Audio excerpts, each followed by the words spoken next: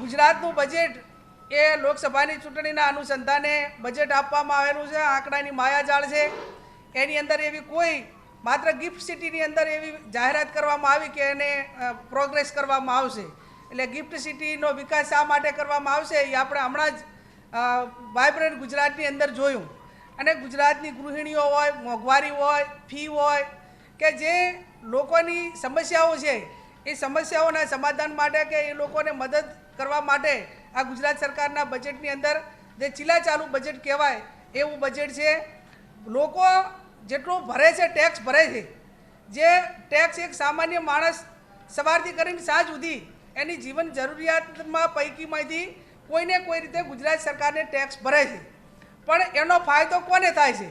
જે ગણ્યા ગાંઠ્યા લોકોને, અને જ્યાં એમને આડકતરી રીતે જે મદદ કરવાની થાય એને જ લેવાનું, બધાય પાસે આપવાનું ગણ્યા ગાંઠ્યા લોકોને। એટલે ખાસ કરીને અમારી આશા અપેક્ષા હતી કે જેમ રાજસ્થાનમાં 450 રૂપિયે ગેસનો બાટલો એ દેશના વડાપ્રધાન ચૂંટણીની અંદર જઈને ખાતરી આપતા હોય તો ગુજરાતે પણ એમને 30 વર્ષથી ભારતીય જનતા પાર્ટીને જનાદેશ આપીને મત આપ્યા છે। તો ગુજરાતની ગૃહિણીઓને 450 રૂપિયે ગેસનો બાટલો કેમ ના મળે? આ એક અમારી વિરોધ પક્ષ તરીકે સરકાર પાસે માગણી હતી, પણ એમાં સરકાર પુરવાર થઈ નથી।